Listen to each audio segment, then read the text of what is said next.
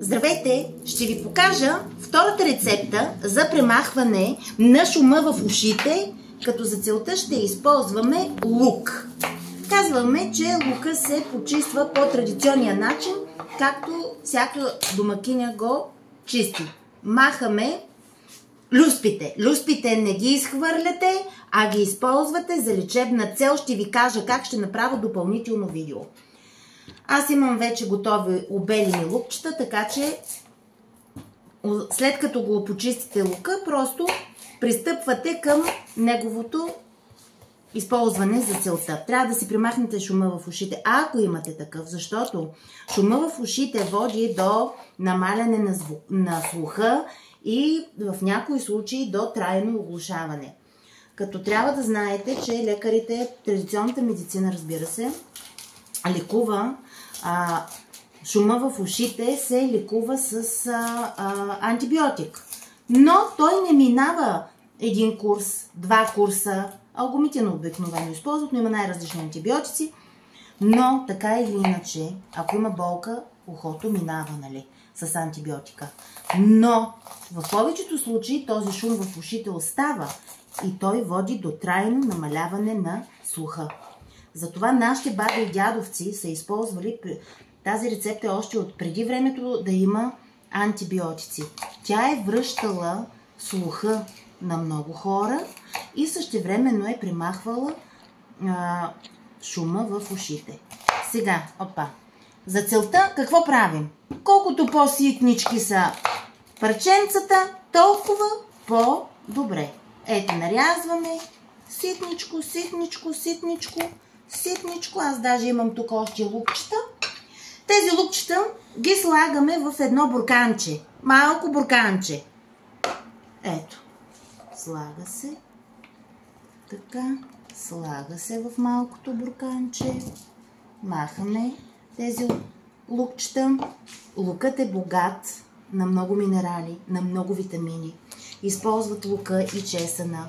Освен за укрепване на имунната система, за възвръщане на слуха и зрението, ги използват за убиване на гъбички, които живеят в организма, в червата, а също така и за растеж на коса.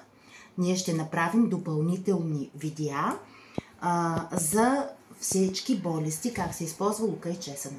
Така, след като сложим тези лукчета в бурканчето, може да вземете или зехтин. Аз взимам черен кимион, тъй като черния кимион, маслото студено пресовано, трябва да е студено пресовано масло от черния кимион, има много по-силни лечебни свойства от зехтина. И наливаме в това бурканче до покриването на лукчетата с масло от черен кимион. Така, покрихме лукчетата с маслото от черния кимион, затваряме и така стои 24 часа. Така. Това масло, лучено масло, трябва да стои затворено 24 часа на хладно място. Може да не е в хладилник, но да не е в тези жеги. Сега е много горещо. Трябва да е на студено. Този лек е за вътрешен прием. Така, стои 24 часа на хладно. Така, какво правим и как приемаме, нали, това лекарство за възвръщане на нашия слух и за махане на шумове в ушите? Втората стъпка е да вземем един портокал. Портокала трябва да е почистен много добре и аз правя така, тъй като ще използвам портокалов сок. Когато натиснете много добре портокала, какво става? От портокала излиза много повече сок. В портокала има най-вече витамин С, който ще ви помогне това лекарство не само да е пълно с витамин С, но да има и много по-добър вкус. Така. Сега продължаваме.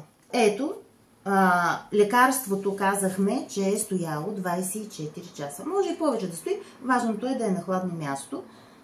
Аз сложих черен кимьон, не зехтин. Но вие може да сложите зехтин. Той също има силни лечебни свойства. Маслото от черен кимьон и зехтина трябва да са студено пресовани, необработени, най-високо качество. Ето това масло, аз си го използвам, купувам си го. Ходя до Турция да си го купувам.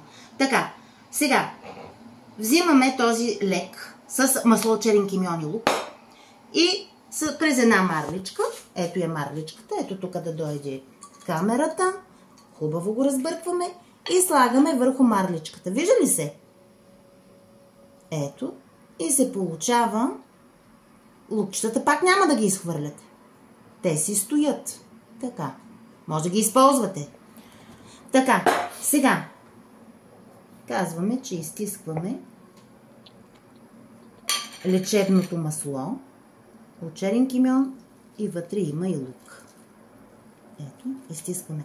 Заедно с маслото от черен кимьон, тук ще падне и много сок от лука, което е много важно да го направите. По-силно да стискате, защото в този сок, който ние лука не сме го обработили, не сме го пържили, не сме го варили, което означава, че всички минерали и витамини лечебни в лука, те ще отидат в това масло от черен кимьон. Така. Готови сме. И какво правим? Почиствам си ръката, за да ви покажа една дневна доза. Взимаме лъжичка. В тази лъжичка слагаме лечебното масло от черен кимьон и лук. Взимаме портокал, малко ще прилее, и започваме да накапваме една-две капки от сока. Така, този домашен лек вие го приемате от 1 до 3 пъти на ден преди хранене, за да може да си възвърне, да махнете шума в ушите и в главата и да убиете всички гъбички по червата и лоши бактерии. А сега, ако ви харесват такива рецепти, лечебни, за лечение на най-различни тежки, леки заболявания, инфекциозни заболявания, от които не може да се отървете с лекарства, абонирайте се за нашия канал и ще бъдете винаги осведомени. Ето, това е една доза. Бъдете здрави и дайте един лайк.